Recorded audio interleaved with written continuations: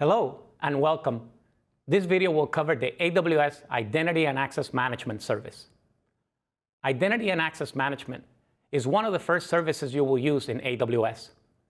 This is the service which allows you to define users and the types of access that they will be allowed to have.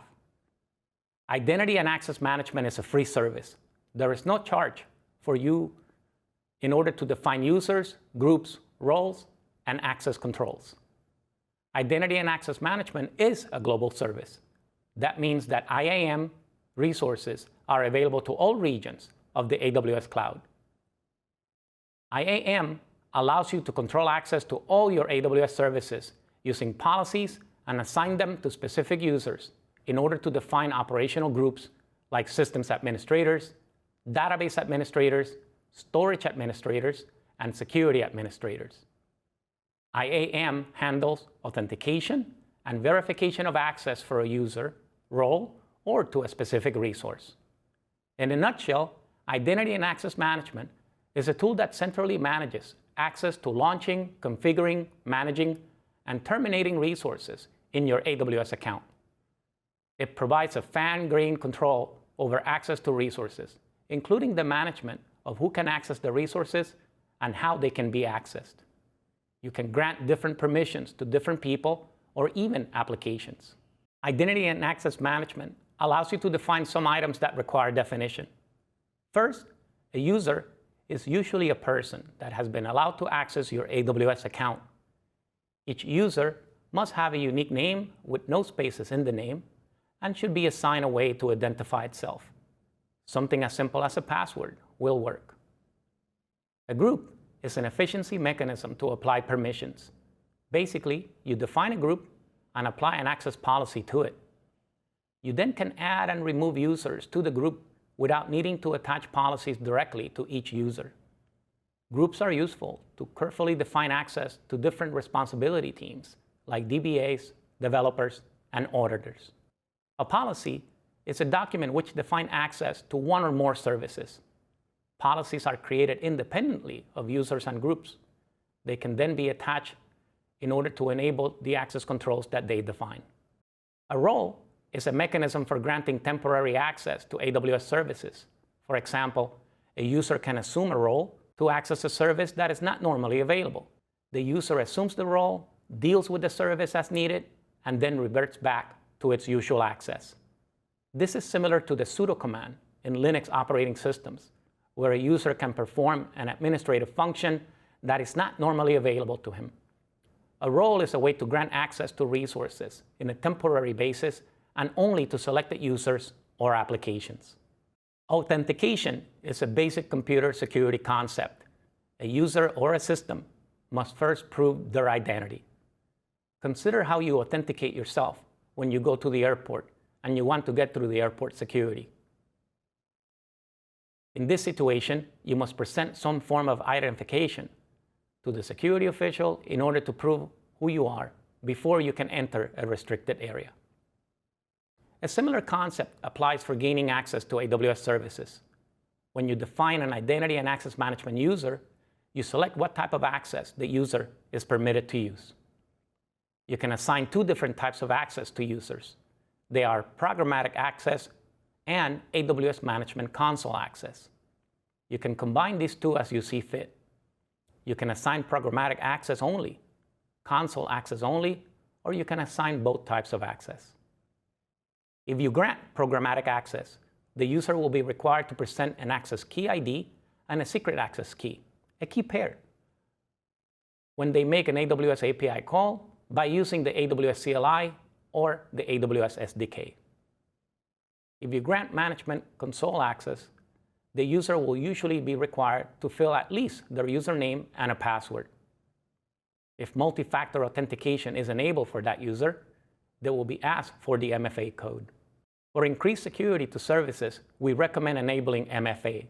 MFA stands for multi-factor authentication, and it is a way to add an additional piece of information that needs to be provided before a user is granted access.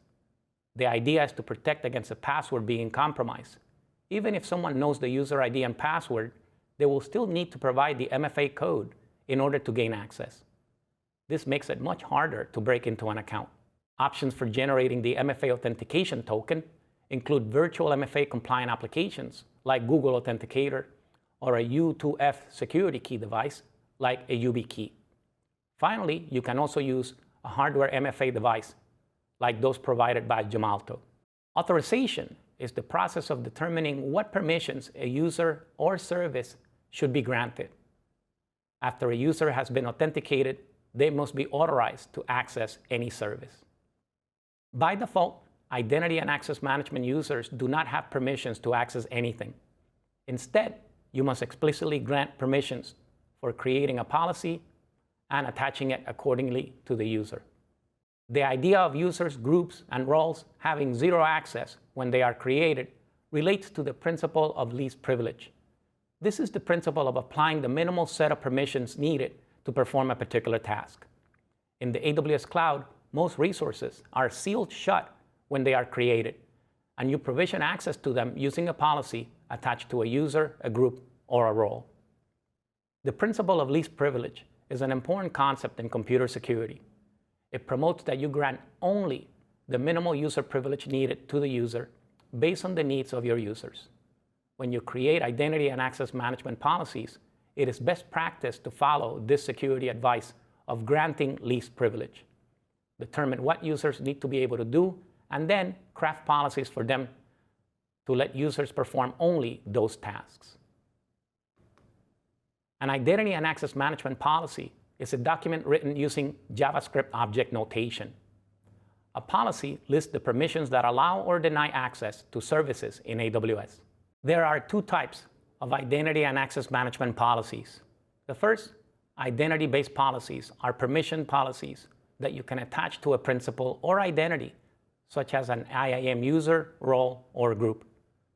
We also have resource-based policies that you attach to a resource, like an S3 bucket. The example IAM policy grants users access only to certain resources. Any actions that you do not explicitly allowed are denied. Any actions that you explicitly deny are always denied. In other words, out of the box, access is no access until you explicitly allow it via a policy. However, if a policy explicitly denies an access, it doesn't matter if this access is allowed someplace else. If there is a competition between an allowed statement and a denied statement, the denied statement always wins. In this example policy, we allow access to the DynamoDB table, whose name is represented by table name, and the S3 bucket, whose name is represented by bucket name, as well as all the objects that it contains. The policy also includes an explicit element. The not resource element helps to ensure that users cannot use any other DynamoDB or S3 resource except one that is specified in the policy. Even if permissions have been granted in another policy, access will be denied. While identity-based policies are attached to a user, group, or role, resource-based policies are attached to a resource, such as an S3 bucket. These bucket policies specify who can access the resource and what actions they can perform on it. Identity and access management policies enable you to fine-tune privileges that are granted to IAM users, groups, roles, and some resources. When IAM determines whether a permission is allowed, it first checks for the existence of any explicit denial policy. If no explicit denial exists, it then checks for any explicit allow policy. If neither an explicit deny nor an explicit allow statement exist, IAM reverts to the default, which is to deny access. This is called as an implicit deny. The user will be permitted to take the action only if the requested action is explicitly allowed and no deny statement exists anywhere. An IAM group is a collection of IAM users. IAM groups offers a convenient way to specify permissions for a collection of users. This can make it easier to manage the permissions for those users. A group can contain many users, and a user can belong to multiple groups. Groups cannot be nested. A group can contain only users, and a group cannot contain other groups. If you want to have a group with all account users in it, you need to create the group and add each new user to it. there is no such thing as a default group or a default policy. An IAM role is an IAM identity that you can create in your account and that has specific permissions. A role is similar to a user because it is also an AWS identity that you can attach permission policies to it. Those permissions determine what the identity can and cannot do in AWS. However, instead of being uniquely associated with one person, a role is intended to be assumable by anyone who needs it. Also, a role does not have standard long-term credentials, such as a password or access keys associated with it. Instead, you assume a role. The role provides you with temporary security credentials for your role session. In the diagram, a developer runs an application on an EC2 instance that requires access to the S3 bucket that is named. The bucket name is Photos. An administrator creates the IAM role and attaches the role to the EC2 instance. The role includes permissions that grants read-only access to the specified S3 bucket. It also includes a trust policy that allows the application in the EC2 instance to assume the role and retrieve the temporary credentials. When the application runs on the instance, it can use the role's temporary credentials to access the bucket. The administrator does not need to grant the application developer permissions to access the bucket, and the developer does not need to share or manage any credentials. Thanks for watching. See you in the next video.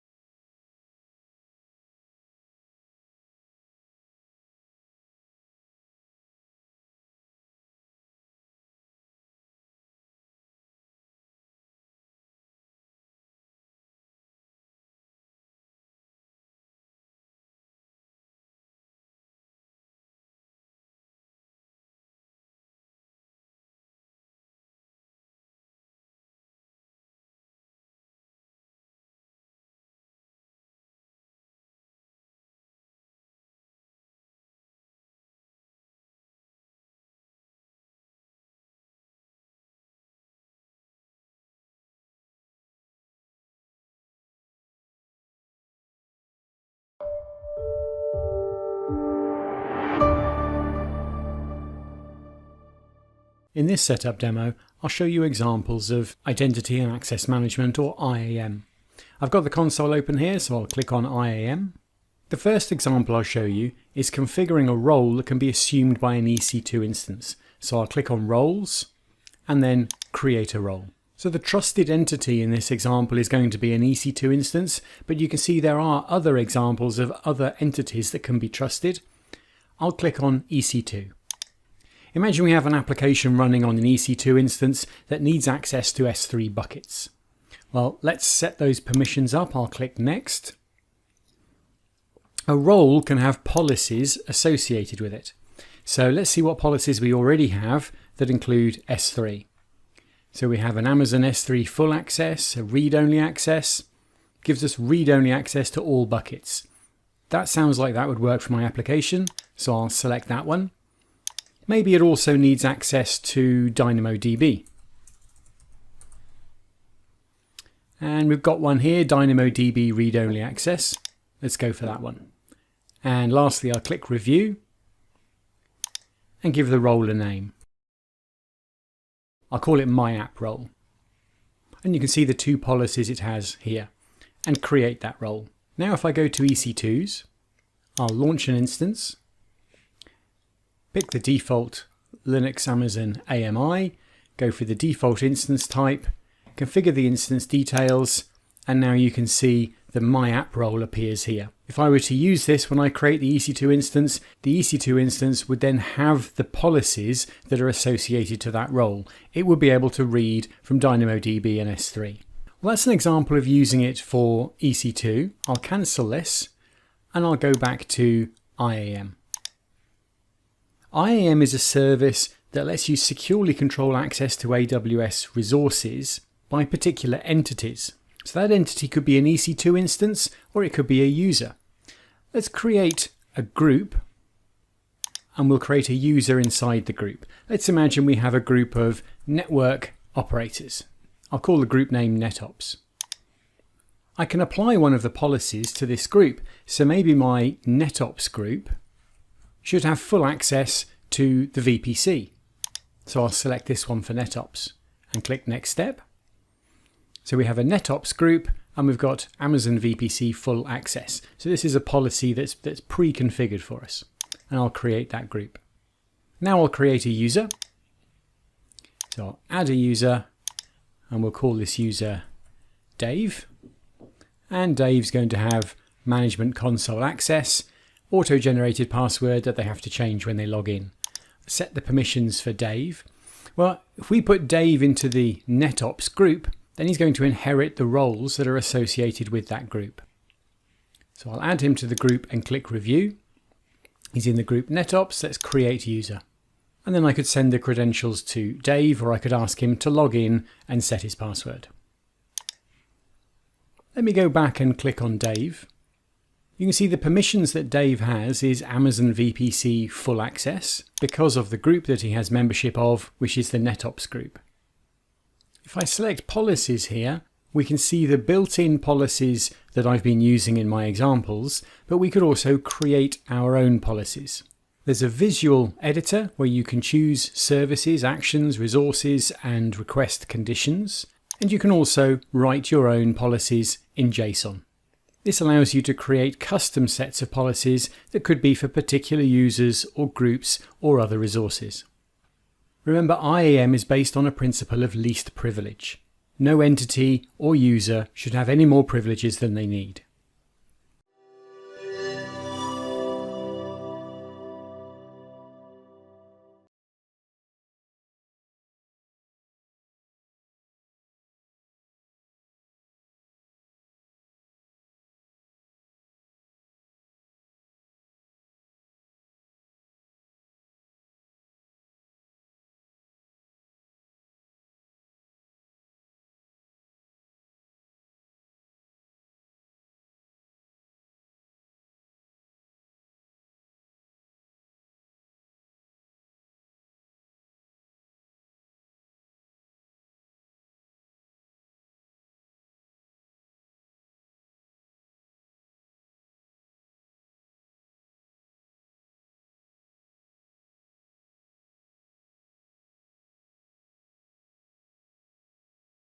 Hello and welcome.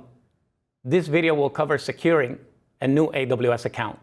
When you first create an AWS account, you begin with a single identity that has complete access to all AWS services. This identity is called the AWS root account, and it is accessed by signing into the AWS Management Console with the email address and password that you used to create the account. The AWS root account has full access to all resources in the account. AWS strongly recommends that you do not use this account for day-to-day interactions. Instead, AWS recommends that you use identity and access management to create users, assign permissions to these users, and then follow the principle of least privilege. To stop using the root account, create an identity and access management user for yourself using the AWS Management Console. Enable a password policy for all users. This is a fundamental security step that should be done sooner more than later. Another fundamental step is to enable MFA for the root account. This will protect the account which is connected to your credit card and financial details. The next step is to create a group, give it a name such as admin access, attach a policy to that group. Usually this means that you assign an administrator policy. Finally, add the user to the group. Before you start using this new user, make sure to disable and remove your root account access keys, if they exist. To begin using your new administrator access account, copy the sign-in link from the Identity and Access Management Console dashboard page and sign out as the root user.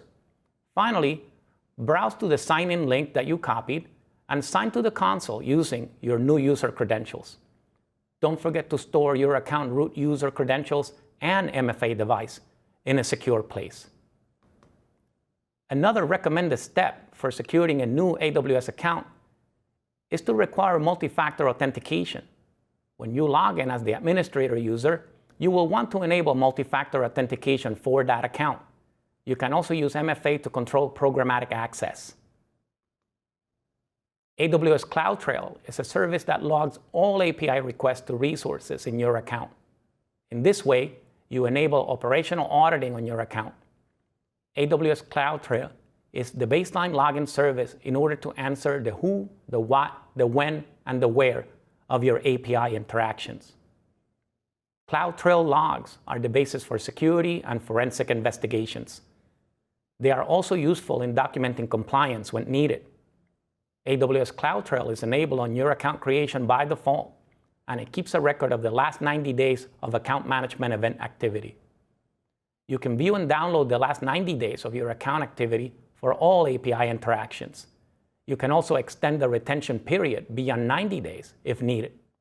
An additional recommended step for securing a new AWS account is to enable billing reports, such as the AWS Cost and Usage Report. Billing reports provide information about your use of AWS resources and estimated cost. AWS delivers the reports to an Amazon S3 bucket that you specify and updates the report at least once a day. The AWS Cost and Usage Report tracks usage in the AWS account and provides estimated charges either by the hour or by the day. Thanks for watching. We'll see you in the next video.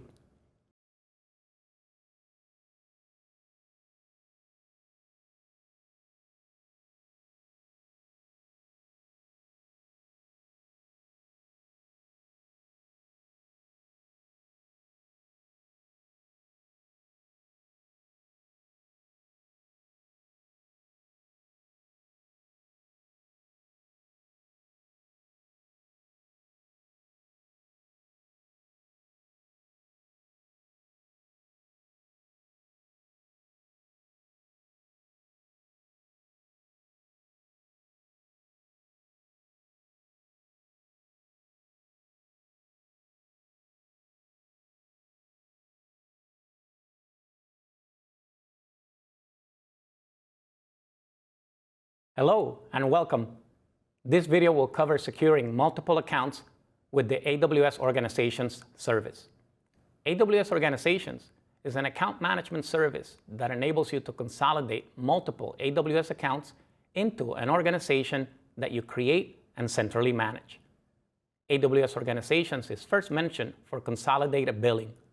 Here, the focus is on the security features that the service provides. One helpful security feature is that you can group multiple accounts into organizational units called OUs and attach different access policies to each OU. Policies in AWS Organizations are called service control policies. For example, if you have accounts that should only be allowed to access certain AWS services, you can put those accounts into one OU. Then you can define a policy that blocks OU access to services that do not meet those requirements. Finally, you attach the policy to the organizational unit. This is basically a way to apply permissions to multiple AWS accounts at the same time. In the same way that Identity and Access Management handles groups and policies for users, AWS Organizations handles groups and policies for multiple AWS accounts. This will allow you to have a separate account for each department or team and still represent your business as a single logical unit.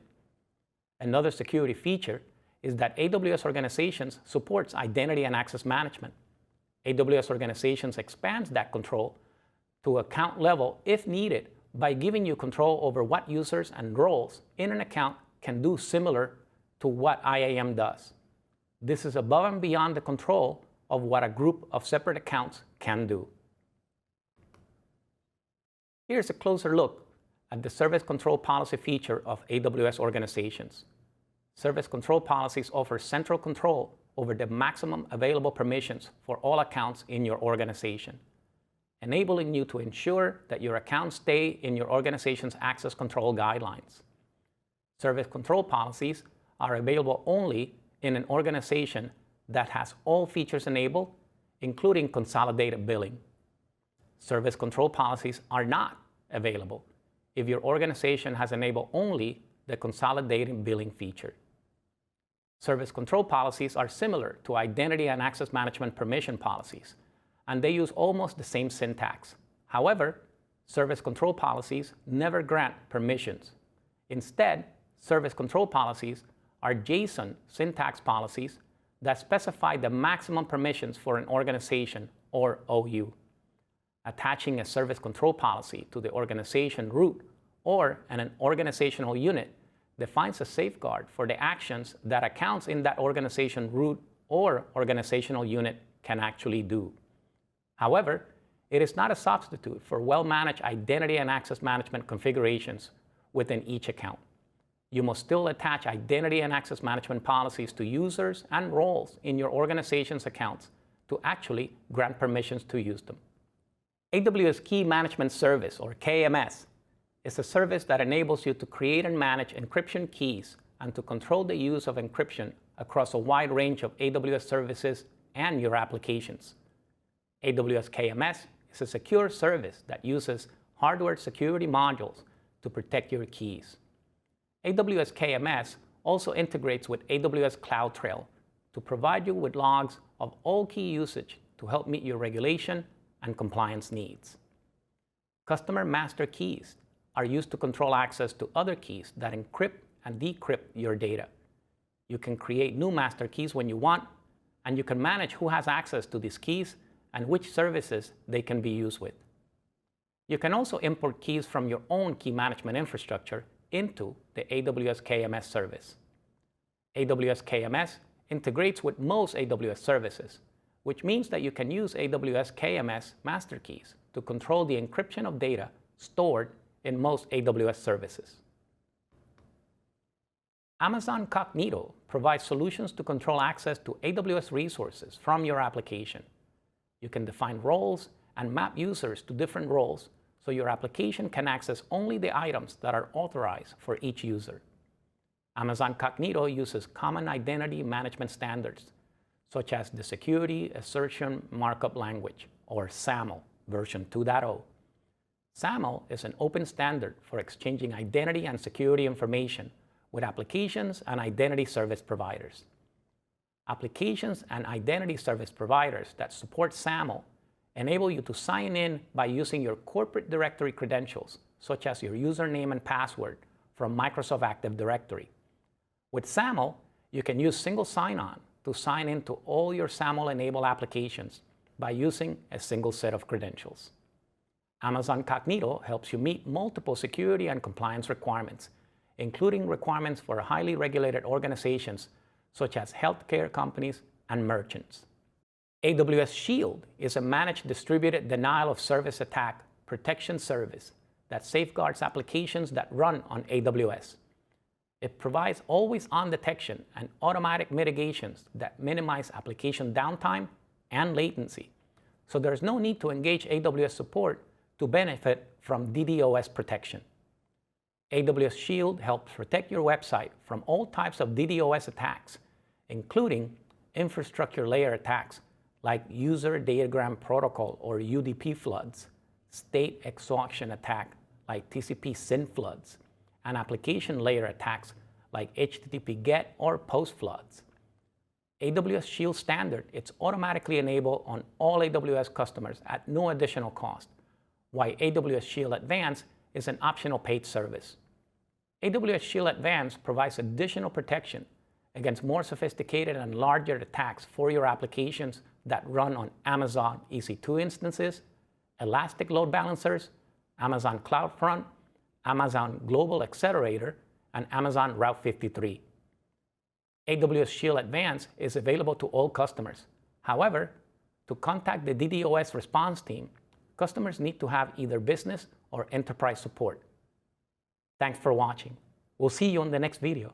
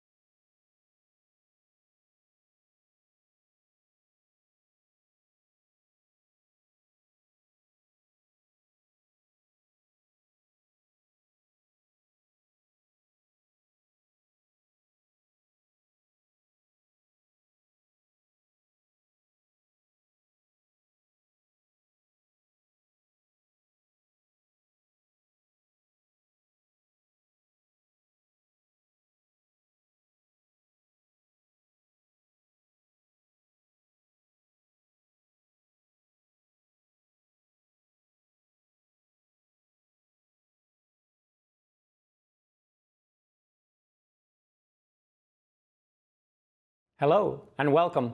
This video will cover securing data on AWS. Data encryption is an essential tool to use when you want to protect your data. Encryption takes data that is legible and encodes it so that it's unreadable to anyone who does not have access to the secret key that was used to encode it. Even if an attacker gains access to your data, they cannot make sense of it. Data at rest refers to data that is physically stored on disk or on tape. It is not moving, it's simply stored. You can create encrypted file systems on AWS so that all your data and metadata is encrypted at rest by using the Open Standard Advanced Encryption, AES 256 encryption algorithm. When you use AWS KMS, encryption and decryption are handled automatically and transparently so that you do not need to modify your applications. If your organization is subject to corporate or regulation policies that require encryption of data and metadata at rest, AWS recommends enabling encryption on all services that store your data. You can encrypt data stored in any service that is supported by the AWS Key Management Service. Data in transit refers to data that is moving across the network. Encryption of data in transit is accomplished using Transport Layer Security, or TLS 1.2. This is an open standard and uses AES 256 cipher. TLS was formerly called SSL. AWS Certificate Manager is a service that enables you to provision and manage the deployment of SSL and TLS certificates for use with your AWS services. SSL or TLS certificates are used to secure network communications and establish the identity of websites over the internet. Also, you can establish the identity of resources on private networks. With AWS Certificate Manager, you can request a certificate and then deploy it on an AWS resource, such as load balancer or CloudFront distributions. AWS Certificate Manager also handles the certificate renewals. Web traffic that runs over HTTP is not secure. However, traffic that runs over secure HTTP or HTTPS is encrypted by using TLS or SSL. HTTPS traffic is protected against eavesdropping and man-in-the-middle attacks because of the bidirectional encryption of the communication. AWS services support encryption for data in transit. Two examples of encryption for data in transit are shown. The first example shows an EC2 instance that has mounted an Amazon EFS shared file system. All data traffic between the instance and Amazon EFS is encrypted using TLS or SSL. To learn more, visit the AWS website. The second example shows the use of AWS Storage Gateway, a hybrid cloud storage service that provides on-premise access to AWS cloud storage. In this example, the storage gateway is connected across the internet to Amazon S3, and the connection encrypts the data in transit. By default, all Amazon S3 buckets are private and can be accessed only by users who are explicitly granted access. It is essential to manage and control access to Amazon S3 data. AWS provides many tools and options for controlling access to your S3 buckets and the stored objects. To protect an S3 bucket, you can use Amazon S3 block public access. This overrides any other policy or object permission and is enabled by default when you create the bucket. This feature provides a straightforward method for avoiding unintended exposure of Amazon S3 data. You can also write identity and access management policies that specify the users or roles that can access specific buckets and objects. This method was discussed in detail earlier in this module. They are called resource policies.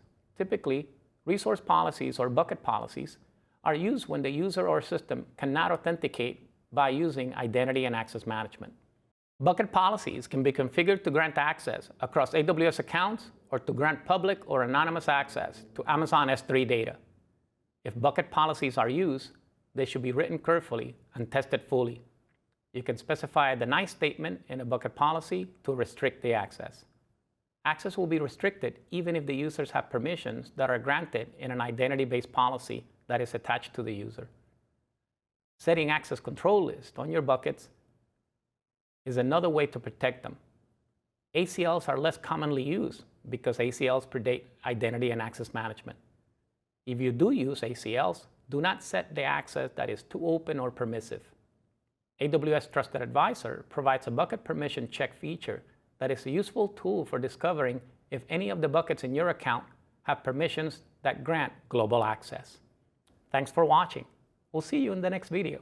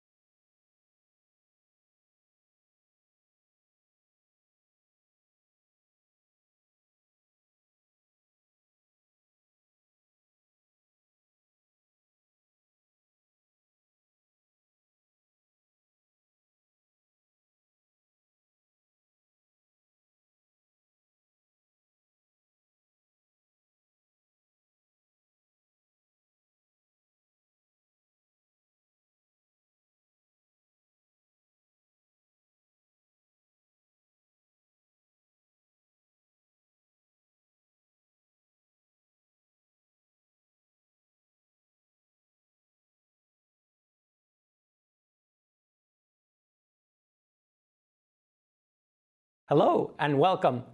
This video will cover working to ensure compliance. AWS engages with external certifying bodies and independent auditors to provide customers with the information about the policies, processes, and controls that are established and operated by AWS. Compliance specifies the requirements for establishing, implementing, maintaining, and continually improving an information security management system.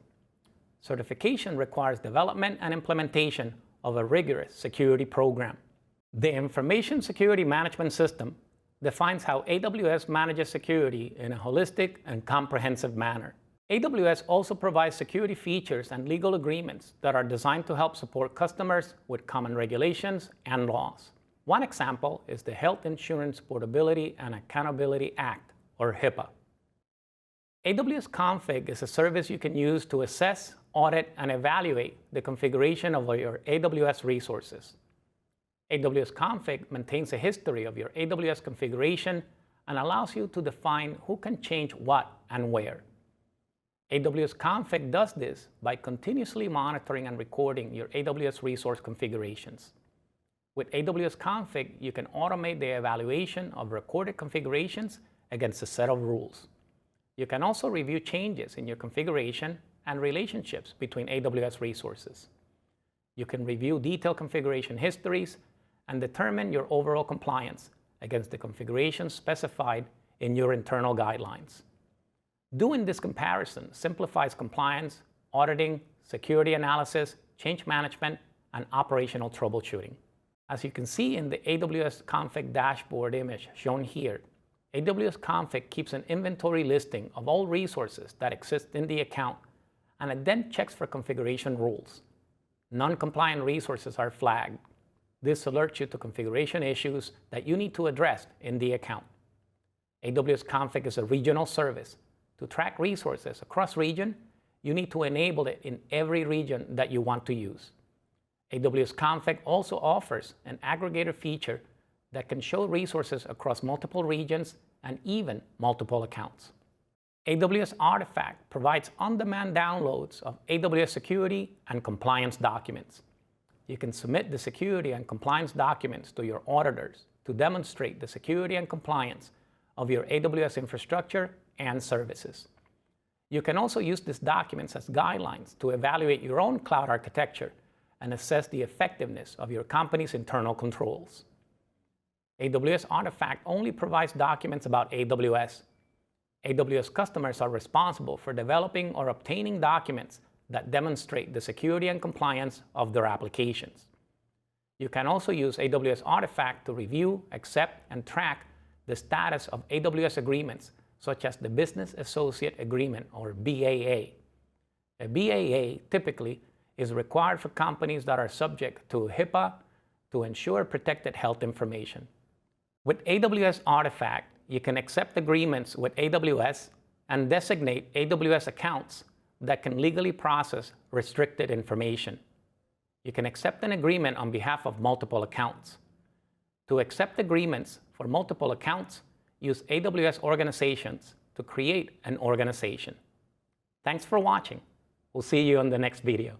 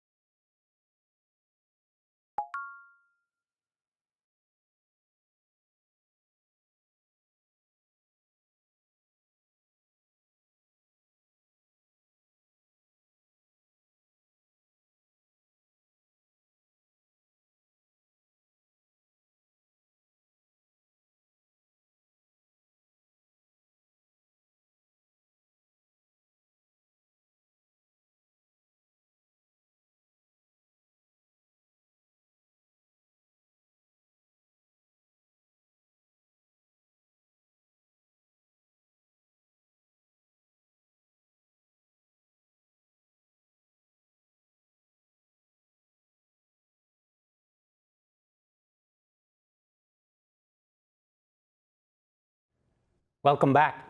It's now time to review the module and wrap up with a discussion of a practice certification exam question.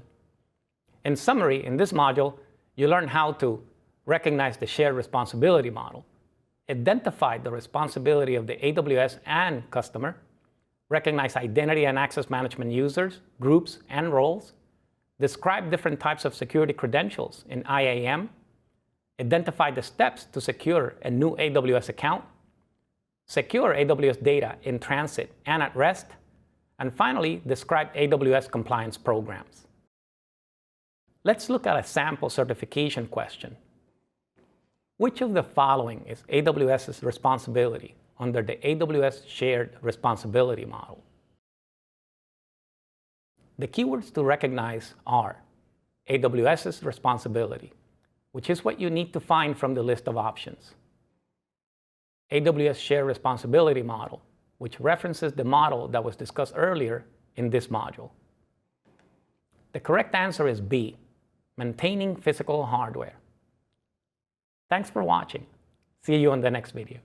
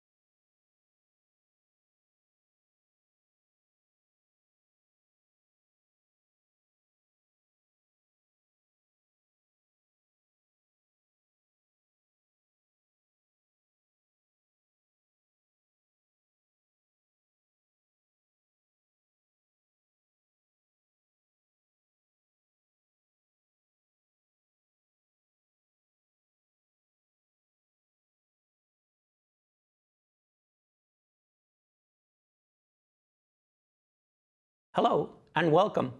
This video will cover the AWS Shared Responsibility Model.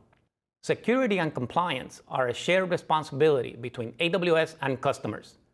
The AWS Shared Responsibility Model basically indicates which parts of security will be handled by AWS and which parts customers are responsible for. We can say that AWS is responsible for the security of the cloud. That means AWS is responsible for everything related to the physical implementation. This includes physical facilities and systems. According to the model, customers are responsible for security in the cloud. That means customers are responsible for securing every application and data set that they implement in the cloud. AWS provides the tools to protect your applications and data. However, it is your responsibility to use these tools to secure your data and applications. AWS operates, manages, and controls the software virtualization layer and the hardware and global infrastructure components, which the physical security of the facilities where AWS services operates. AWS is responsible for protecting the infrastructure, including the hardware, software, networking, and facilities that run the AWS cloud services. Meanwhile, the customer is responsible for the encryption of data at rest and the encryption of data in transit from one system to another. The customer should also ensure that the network is configured for security. The customer should ensure that security credentials and logins are managed safely. The customer should also manage the firewall configurations and the security of the operating system and applications that run on any compute instances they launch. For example, using the Amazon EC2 service. Let's look at the security of the cloud now in more detail. Remember, this is the part that AWS is responsible for. AWS is responsible for protecting the physical security of the data centers and for protecting the global infrastructure that runs all services that are offered by the AWS cloud. The global infrastructure includes AWS regions, availability zones, and edge locations. AWS is also responsible for the physical infrastructure that hosts your resources, including redundancy and intrusion detection. AWS provides this infrastructure so that you can take advantage of the compute, storage, database, networking, and other services that are available.